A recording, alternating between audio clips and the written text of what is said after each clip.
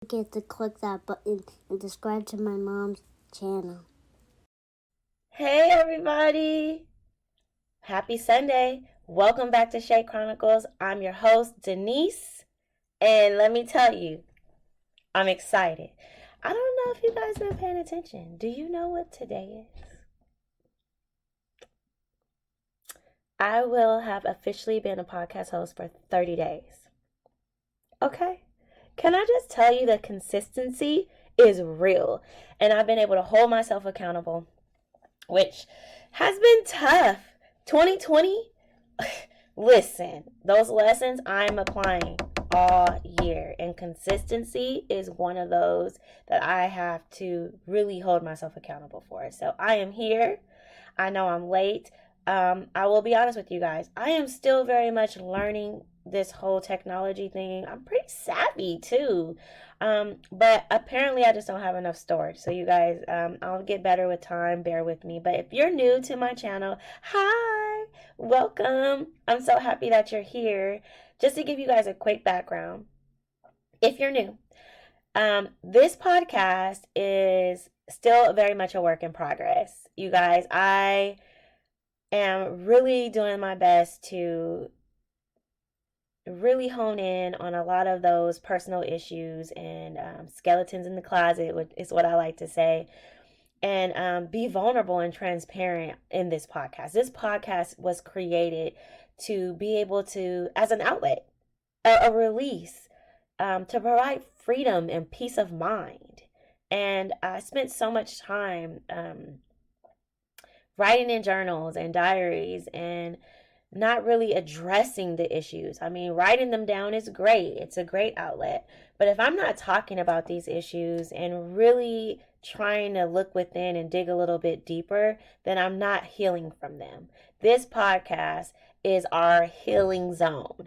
It's where we are able to vent, be sensitive, be emotional, be happy, sad, mad, whatever it may be. But this podcast is about that journey and the progress to get you to a better state. How can we be better? How do we learn from these lessons to be great? So, pretty much, I started with throwing out all of my skeletons and trying to address them in relationships, in the workplace, at home with my kids. It's just a journey that's never ending. And for me, sharing it with the world and hearing the feedback, amazing. And that's what I decided to use this episode for. Episode 4, I would like to bring aboard another interview. The first one I did was with my daughter. This one, I was going to hold off and have it as bonus content, but I started to think about the conversation and how important it was. And that's when it made me realize, like, no, this needs an episode. It needs to really be addressed. So if you're new, you won't know about this, but returning, my blog, Jesus Loves Me Part 1 Dad. I got so many responses from that podcast, specifically from women. And women who seem to have daddy issues. Um, you know, I used to think that was just such a facade. It was just something that people would say, but it didn't really mean anything. That saying holds so much weight to me now. It really does.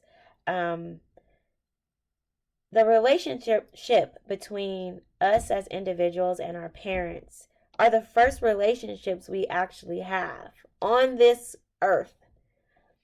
Our mom and dad are our primary source of impact when we come into this world. And I'm learning that in those relationships are where you find a lot of your fundamentals. A lot of your core beliefs are from those relationships. And it's time to address those. Our parents aren't perfect people. They're human beings that also have passed down trauma. And for my family, which only family I can really speak on, we didn't talk about these issues. In fact, you were a kid and you were supposed to stay in your place. And I literally would use that method with my kids. And I'm so glad that I'm here now in this spot, in this moment, and realizing that that is not the way to go. It's so important that we allow the people we love to vocalize their feelings and to have conversations, even if they're hard, to have these conversations so they gain clarity and that those misunderstandings or maybe whatever it is that they're taking on that is not making them feel good. We need to gain clarity on that so those ill feelings feel good and that confidence is built back up and there's a clear understanding. So there's no need to misinterpret anything. I spent so much of my childhood being angry, being upset at a lot of my parents' actions. And in my mind, my voice did not matter. You couldn't say nothing. Those were your parents. That is their life. That's their business. But it affected me. And little did I know, after posting that podcast, apparently this is something that has gone on in several households.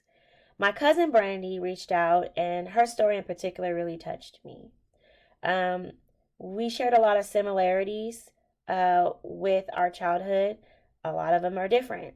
But one thing in particular was the impact our relationship with our fathers had on us and how it has created um, almost like a routine with our relationships romantically. So kind of get myself together. I have not eaten all day.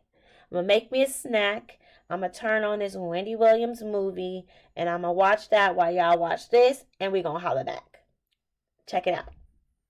I am so happy and grateful that I am doing this with my cousin. Like, I'm so happy for you. I'm just so happy how you are changing and transforming lives. I mean, let me tell you, when I listen to the podcast, Don't start this shit making me cry. girl, I mean, I love have you. I have to tell you, only because it touched me. You know what I mean? It touched me deeply. And that was when I said, you know what? It's time. It's time for me to start stepping out into that space in my life where I talk about things and asking myself tough questions, digging deeper. And you mentioned that before, and I just never really dug as deep as I'm digging now. And It's so funny because we relate so much. And, you know, when we come up with stuff and be like, you know what? Like, it's like we can relate because we're on that same wavelength. So, look at God. Won't He do it? I mean, a blog. Bringing my family together. We're already a close knit family, so don't get it twisted. We are like this. But we also are like this.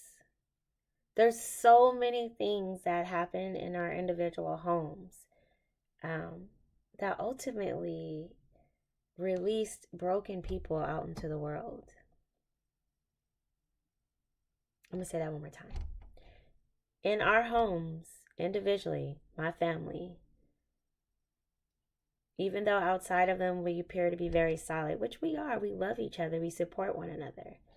But in those individual homes, a lot of us stepped out of that as broken people, broken adults going to get apartments and having these relationships and having babies at young ages. I mean, it's not something that any other family is not going through.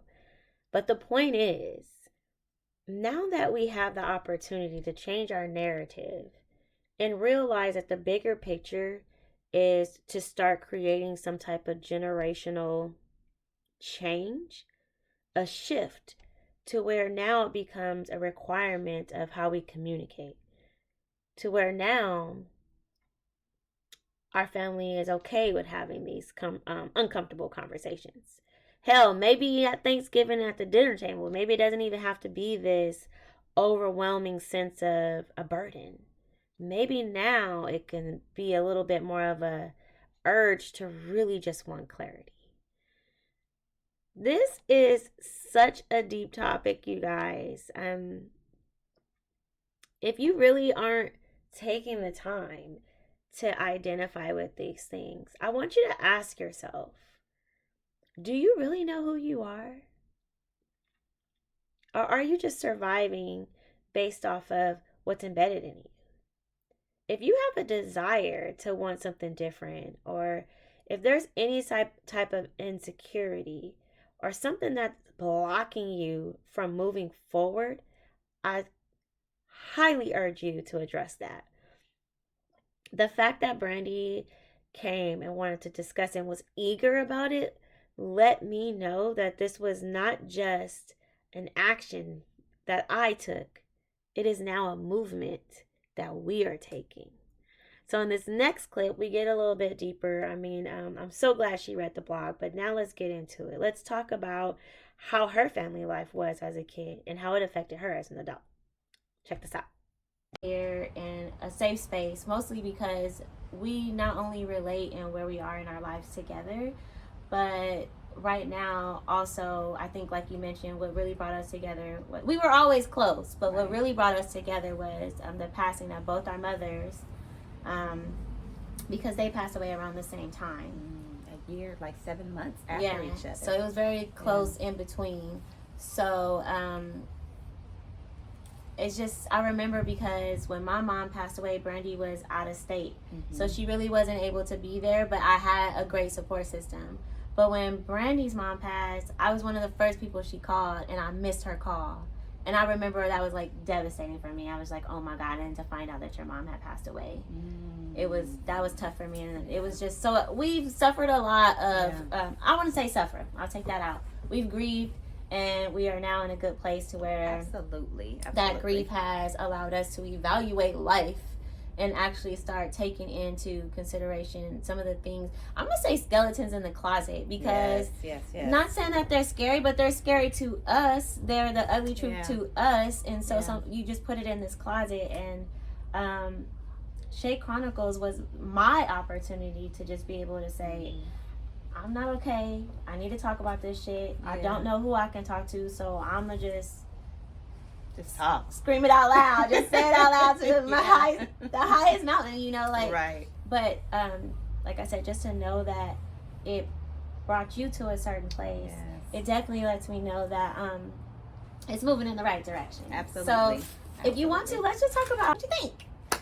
Well, I love the blog. Let me tell you, if you have not subscribed to Shay's Chronicle, share, tag, and like right now. But I love it. I love the blog. Like, it just spoke some real ish. You know what I mean? It spoke some real life ish, and I can appreciate it. You know what I mean? I wish that I had the courage to just speak my truth in the way that you have. You know, just, you know, I don't look at it as a negative whatsoever. I just look at it as freedom, as deliverance, as liberation. Like, wow. And, you know, again, that's how I got here, because it's like, wow, I started thinking about some stuff, and I'm just like, whoa, is this why I'm like this, or this is going on? So it just helped me to dig a little deeper with myself and to really want to explore more. But I love the blog because it is, it's real life and it's truth. Thank you. Appreciate it. As reading the Jesus Love Me post, Dad, just for me as a daughter, my dad was always present. So it wasn't that he was an absent father. It was just more so, I do you want me to pause it? No. It's funny because I can smile about this now, because I have, you know, accepted this. I have moved forward from it. But what I didn't ever accept was the reality of what it came with. That baggage that I held on for so long. And for me at 12, I was already feeling like, well, you know, my mom had left to go on to another situation. And that need I wasn't getting for her no more. It's like she didn't need me. I wasn't her doll, which we know not to be true. But I'm 12, you know. And to see, like, in my mind, I felt like she turned her back on my dad, and it was my job to save him. And I spent a lot of my life, you know, trying to save the men in my life. And not saying that they needed saving, but I was going to make sure that whatever it was, that I was going to be the provider of it. Which was a lot of load and baggage. So enough about that. You how did that bring you to, like, you know what, that's me? Or how did it correlate with you? How did it relate and resonate with you? Let me tell you. So the part that struck me the most was when you spoke about when your mom came home with the coach. And it just made me think about the time for me when my mom did a similar thing. And I say similar because she was in a whole new relationship. My dad was incarcerated for 23 years of my life, and more so when I was young as well too, for like in and odds of years. And so, but my mom and my dad were married when my father got incarcerated. And so when she got someone new in her life, that was devastating to me. And then to find out she was pregnant with my brother that has now passed on, God rest his soul. But she was pregnant with him, and I was so angry with her, so angry. So when I read that in your blog, I was just like, damn, I know how that feels. I know how that feels. And, I was ready to move out. I'm like, I can't do this. Y'all can have all of this because my dad, like I'm rolling with him. Right. But my dad was incarcerated, so it was like I was kind of stuck there and had to still just be subjected to all of what was going on, which was her life. Yeah, she was trying to move on. Yeah. She was human. Yeah. We've been there in our own adult life, but as a child, because the conversation was never had, I mean, you pretty much had to just pick up and just run with it. Yeah. Yep. So let me just say this. Let me ask this. Excuse me. Do you feel like? Did you ever have the opportunity to talk to your mom about it? You know what? We did not ever talk about it. I do remember expressing to her, like, how could you do this to my dad? But I just my whole attitude had changed. My demeanor had changed, and I didn't want to be around. I was just irritated with the whole thing because I didn't know how to receive it, So, no, we never had the conversation.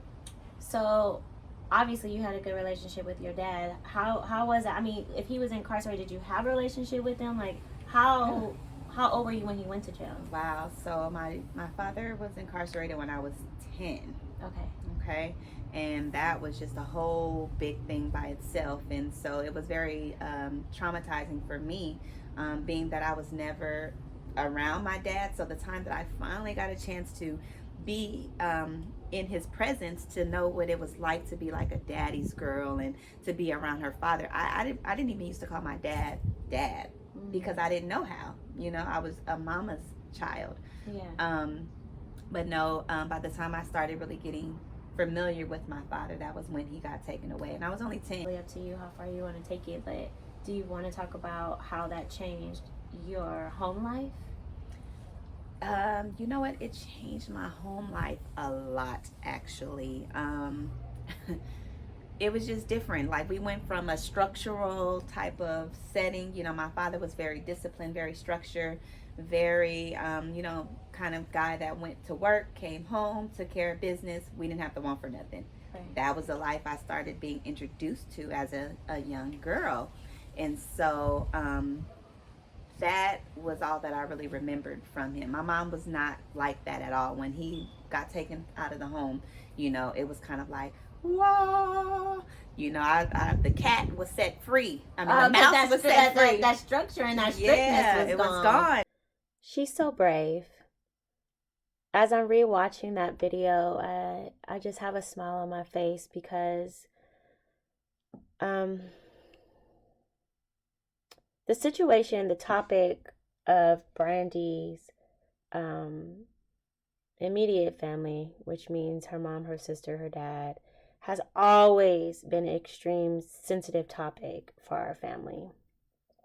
I even questioned whether or not it was something that we should discuss on the podcast, but those issues that have been very sensitive for our family are not Brandy's issues. Those are, something that affected her, but it definitely was not, it's a part of her story, but it's not her story.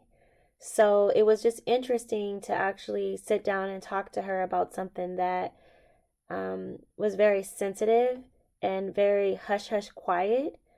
And being able to hear how that affected Brandy personally, it made me wonder, did anyone ever stop to ask her or my other cousin how they felt. Were they okay? Give them a hug. Show them a little bit of extra love. I think sometimes we neglect that. I think a lot of times we forget how our actions can really affect other people. And sometimes an apology and an explanation is just not enough. Sometimes a person just needs to know that they're still loved. And I saw that in Brandy when she was speaking. You could tell that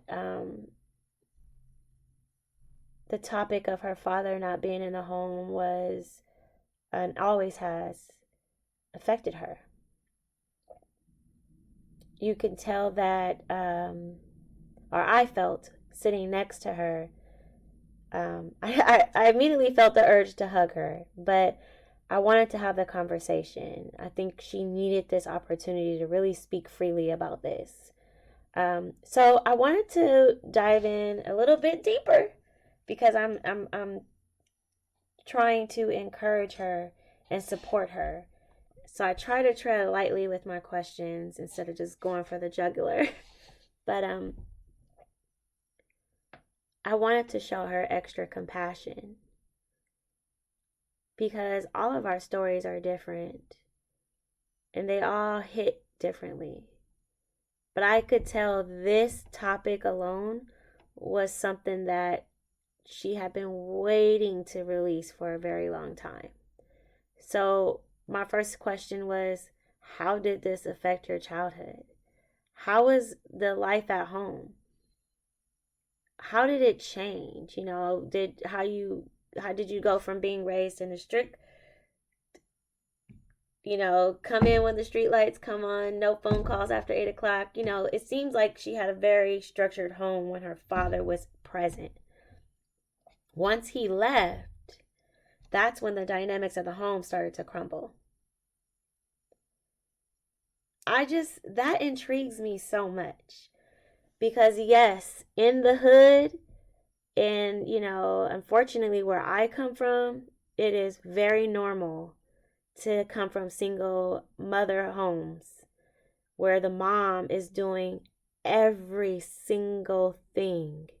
She is the father, she is the mother, she is the nanny, she is the friend, she is the church, she's everything.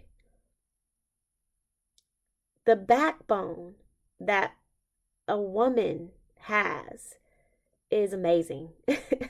Like no other,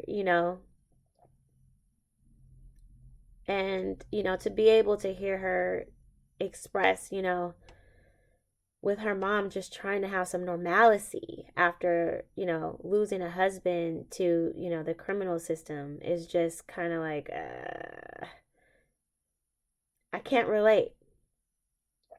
But I do know how it feels to have such a change in your home and it leaves you in a state of confusion and uncertainty. So much so where you start to doubt yourself and your existence and whether or not you matter. That is a heavy burden for any child to carry. I carried it around the same age Brandy carried hers. So as we go on to finish off the interview to discuss the impacts of this childhood trauma on her as an adult, I could tell it was getting a little bit more harder for her to discuss. Check it out. The structure was like, you were like, I'm free. Yes, I was free. And that was when things in my life really started, like, I was exposed to a lot. Right. See, when he left the house, same here. Because at that point, I just felt like, okay, my mom's attention is somewhere else, and now I have to figure out what the hell is going on. So I started dibbling and dabbling. Right. You get to dibbling and dabbling because, I was very protected with my mom. I wasn't exposed to many things. My mom was big on you not spending a night over no one's house. Like, it was very strict, so I can understand that. But when my dad left the house, the dynamics changed. Like, that's where I became Shay. That's where Shay came from, okay? Right. But, so, once your dad got incarcerated, why do you think some of those things changed? I mean, I know for me it was because I felt like I wasn't getting that me from my parents. And it was just my way of trying to figure out who the hell I was. Yeah. So I was just pretty much just doing what I saw. Yeah. I think for me it was the discipline. And, you know, I wasn't used to discipline. I was I was the only child for 10 years before my mom and dad had my sister. So being the only child, and my mom was very lenient. I'm a good kid. I was a good kid. You know, I like to eat McDonald's and suck my 2 fingers all the time. So, you know, I didn't have that lifestyle. You know what I mean? So when that came upon me, you know, that discipline, it was different for me. It was totally different. And so with it being snatched away, I can tell how it made my life change, because I no longer had it. So it made me want to lash out in a different way. It wanted me to explore. It wanted to allow me to just do other things in my life without the discipline. You know, I would hang out, and my mom, she, you know, I had a curfew, but I could maneuver around it. If that was my dad, it wasn't gonna happen. I wouldn't even be able to go out. We couldn't go out during the week. We had to come home from school, take our school clothes off, do our chores, then do our homework, eat our dinner, and then if we had time to watch TV, watch TV. You could do that for like hot 20 minutes. Man. And what it is. So for you, with your dad being gone for so long, how did that affect you with your relationships with men? Oof, man, I had to wing it. I was trying to figure it out, because there was never another man that came in to take the place of my father, to live up to that standard or expectation of how a man should treat a woman. The example I got from my mother's boyfriend was the total opposite. So, you know, that really made me like, So I was always trying to go the opposite direction of what my mom had, because I'm like, that is not it. Right. So I started out in relationships searching, not knowing really what I was searching for. I had a small amount of, you know, thought of what I was searching for, but really I didn't know. I didn't know. I was truly walking in the blind into the wilderness with all the wolves and, you know, and just try to wing it. Do you feel like, because I know some of the concerns you feel like that you've addressed personally, with, you know, how you feel in relationships, or how the reason why you respond the certain ways that you do, do you feel like because you're being triggered from some type of past trauma? I'm starting to see that and think so now. Yes. And I didn't realize it, and it wasn't until reading your blogs and hearing you talk our personal conversations, and just really saying, you know what, damn, is that why I respond or do this, because of this? I just never thought. For a long time, I never thought that my father being gone had affected me, because I was like my mom. I had moved on with my life. You know, I was doing Brandy. You know, I thought I knew it all. You know what I mean? I got pregnant at a young age, so it really, you know, it did trigger some things. I noticed that it did trigger. Right. You know, so with your dad being absent in your life, that played a role in your relationships. Yes, it did. And I, first off, saying that, you know, with my dad being gone, it created a lot of insecurity for me. It created a lot of not knowing who I was. So just like being so trusting and not knowing who I am and insecure. That's a bad disaster. Now that I think about it, a pure disaster. And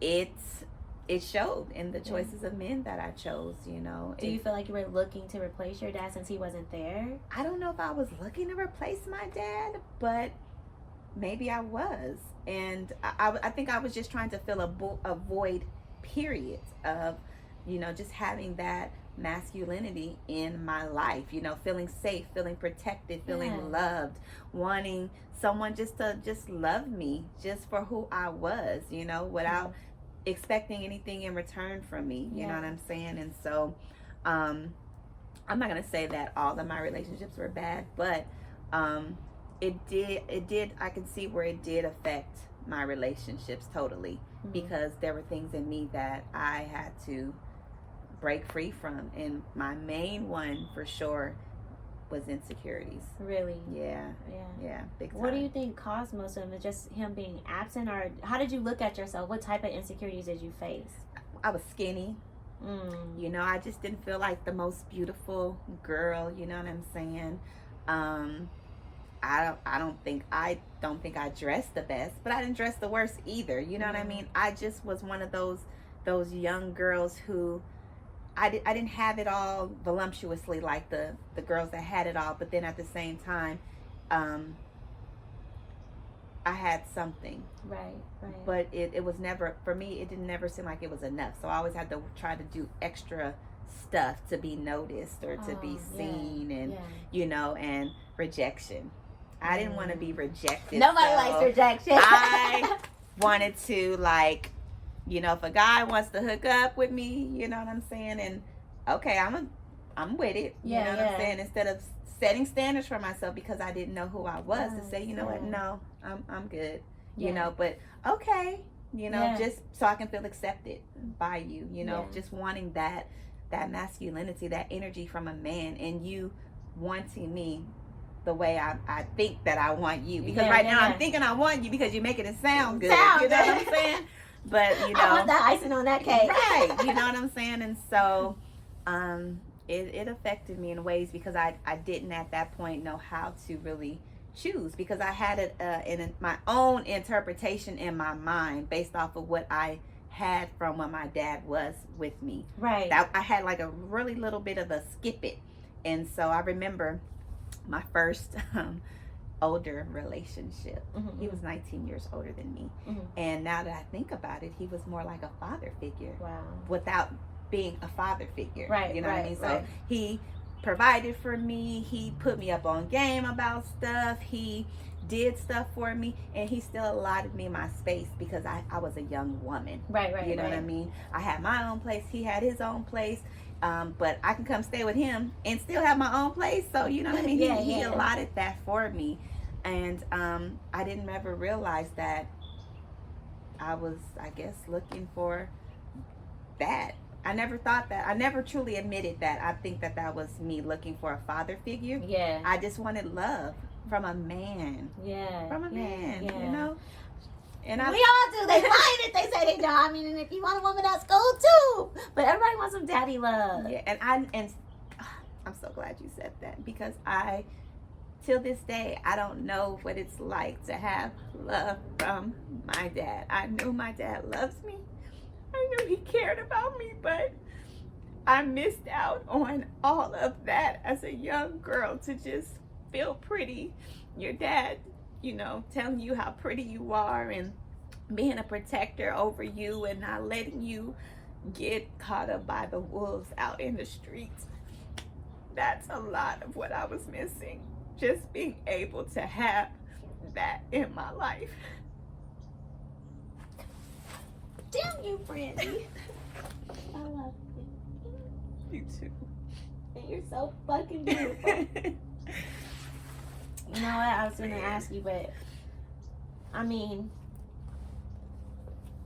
I'm sorry, because I know exactly how you felt. I mean, my dad always told me I was pretty, but I didn't feel it. Right. I didn't personally have that feeling Right. of beauty for myself. Right. And I know that even when your dad did get out of jail and then you guys had the opportunity to reconnect, it was still like... It was still not the same. You know, he wanted to be that father. He was when I was 10, but that was too late. You know, I had went through all the challenges, the obstacles, trying to find the right man, and, you know, thinking that I have the right man this time. And it just created a lot of turmoil for me in my life. And, you know, I'm at 41, I'm just really noticing this, and it's not to make an excuse for anything, but it's just like that was a part of. That is not an excuse. Yeah. I tell people this all the time, and I'm just not realizing it. Your feelings matter. Yes. It's like they're not just there. Like you're Yeah. not making them up. And as women, we have to feel beautiful. Yeah. We have to. And yes, dads are supposed to be the first people to show you that love. But now, it's up to you. Yeah. Like you really have to build that in within yourself, because you can't even though your dad didn't give that to you, and that breaks my heart. But now that you're here and we're trying to move forward and grow, now we have to take that and say, I can't even look for this in someone else. I gotta have it here. And that's what I'm battling. That's what I'm going through right now, to try to figure that out in my life. And I do believe that, I do see that, my dad isn't here, so I can't look to say, oh, what my dad didn't do, but what am I going to do differently this time in my life? And, I just want to be healthy. I just, that's all I've ever wanted, was just to have healthy relationships in my life. Even with my dad, when my dad came home, it was very, what's the word that I'm looking for? I don't know. My dad still thought he was this disciplinaire, He was 9, 10 years old. But he treated my sister like she was still that baby. Mm-hmm. So my sister got to get the love. My niece got to get the love. They got what it was like. That whole part of my life just got skipped on me. And so, with these men that I come across, it may come across that I have all these expectations, but maybe it's because I'm still looking for the things that I never received. And, I just, again, want someone just to love me for me, Yeah, I do. Like Jesus loves me, okay? It does. It just breaks my heart because, I think you're such a good person, and we hang out all the time, and I never knew you felt like to hear you say that, I was like, whoa, I knew you had some battles, but I didn't know that it was like that. Yeah. And I'm telling you, when to have come from there, I know how you feel. Yeah. And it's an ugly place because you make the worst decisions. Yeah. Your decisions aren't even banked on you; they're banked on someone else's perception of you. Yep. And we're not there no more. No, we're not. You're here. You having this conversation. Like, yes. I'm trying to hold it together, B, because I love you. Yes, and I just, I don't want you to feel that way. No. I think you are amazing. And thank you. I hope that you look at this as an opportunity of, I deserve better. I deserve more. And you're going to do it. And it's just plain and simple. Yes. Like we were talking the other day, Brandy and I, we started a fast together. And we kicking ass. Kicking ass. I didn't give up cussing. It ain't gonna happen. But I was telling Brandy as we were getting ready for our so pretty much we can't eat any meat, no sugar, no dairy, none of that. And so I was telling Brandy, here's the trip part. Why is this so hard? It's something for you. And when it comes to you, nothing should be hard. I deserve it all. If this fast is going to give me clarity, it's going to give me a cleanse, it's going to have me right spiritually, why am I not going hard for this? It's necessary. I need this. I'm doing it for a reason. I'm not just doing it to waste time and just, so right here in this moment, I'm here for you. I support you, and I think that you're gonna get to where you're trying to go, because now you see the most important thing in life has to be you. Exactly. And that is exactly where I am in my life, completely. Last year I had taken a whole year off from dating, because I finally said, you know what, let Brandy be committed to Brandy. I had never been committed to myself the way I have been this past year in my life. And let me tell you, it has been such a liberating factor to me. Mm-hmm. And that's because I chose to say, you know what? Wow. Don't you see why this is so important? Why these conversations are so pivotal.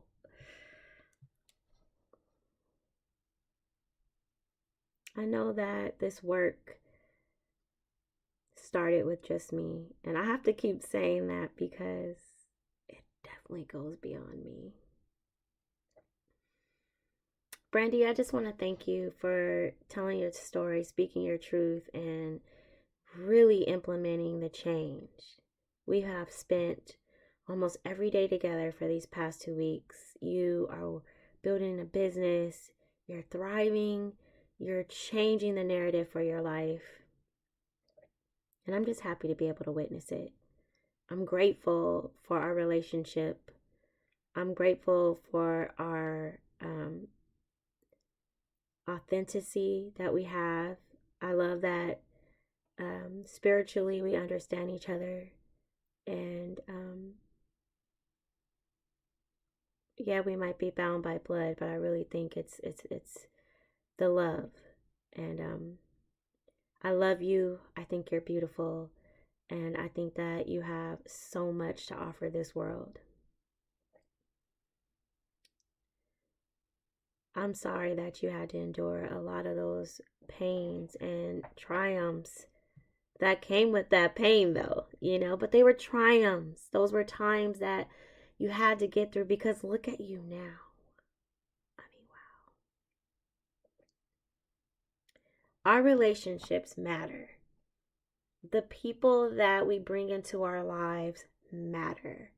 The words that we choose to receive matter. The words we choose to speak matter. If at some point we can all just get to a point to where receiving and impacting are one and the same. They need to be positive. They need to be life-changing in a way to where we're speaking life at all times. Even in our hardest situations. My current situation, moving out of my mom's house. This came with a lot of harsh reality. Realizing that I really didn't have my shit together.